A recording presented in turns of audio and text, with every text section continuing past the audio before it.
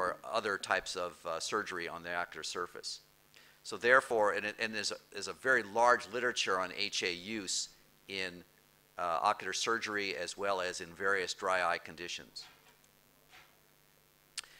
There are many types of HA tears available, and it's actually quite difficult to tell them apart just looking at the packaging or the labeling. And there may be additional ingredients to HA which augment its performance, and I'm going to talk about that a little bit. We actually, in the laboratory, collected a large number of different HA products. These are all European products, so the names may not be necessarily the same as those found here in India.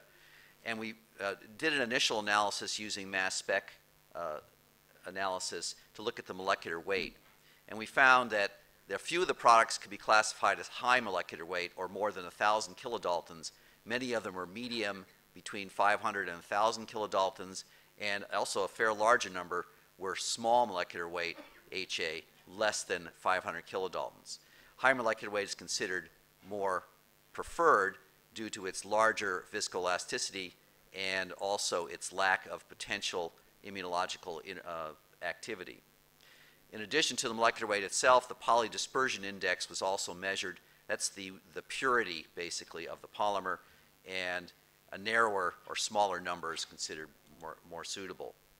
This can be related directly to the dynamic viscosity again, and this is the same axes with viscosity going vertical and the shear thinning or shear rate going along the horizontal axis. All of the HA solutions show this shear thinning, a drop in viscosity as the shear rate becomes higher.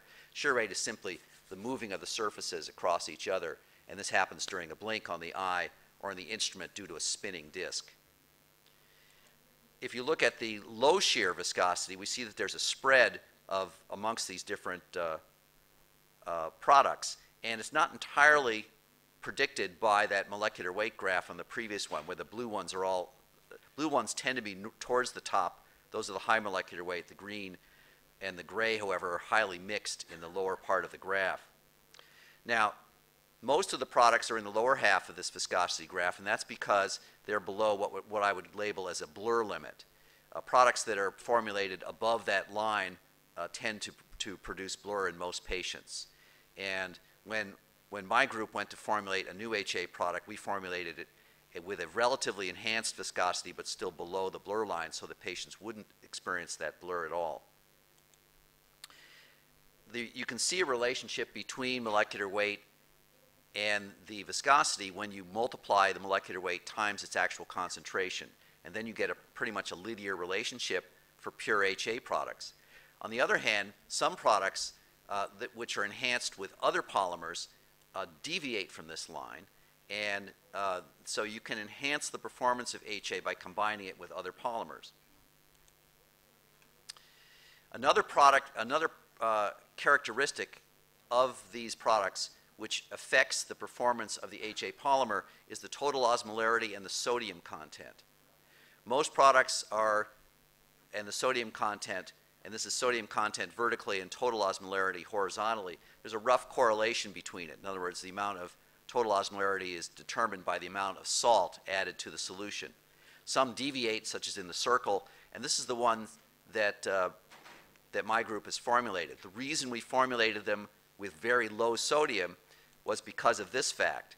It turns out that when you add sodium, it destabilizes the HA polymer. The destabilized HA polymer no longer has the same performance in terms of viscoelasticity with extra salt. So the green line there is with non-electrolytes or compatible solutes, which are organic solutes instead of salt, and the blue line is with added salt, and it drops the viscosity. So you can see that an optimum HA formulation should not contain very much sodium. So the ones up here at the top with more sodium would be less preferred. How does this relate to clinical performance? In testing and clinical performance, we found that products with HA perform better than ones without. And in this case, our HA product is one that also has CMC in it, which is enhancing that formula. We found that, for example, that 0.1% HA performs just as well as 0.15%, provided you use a high molecular weight HA and you supplement it with the CMC. So here we have both products looking at ocular surface staining performing better than a CMC-only product. Because of the binding site to CD44 and its superior properties, HA products tend to outperform non-HA products for surgical post-surgery patients. Here in cataract surgery, we see improved, better symptoms, recovery, and less staining and breakup time than in non-HA patients. And similarly in post-LASIK patients, while both the CMC-only product and the HA with CMC product showed a return of normal to symptoms after 3 months, the visual recovery, the uncorrected distant visual acuity, actually recovered much faster with the HA product as compared with the CMC product. This is at the 1-month visit we saw the significant change.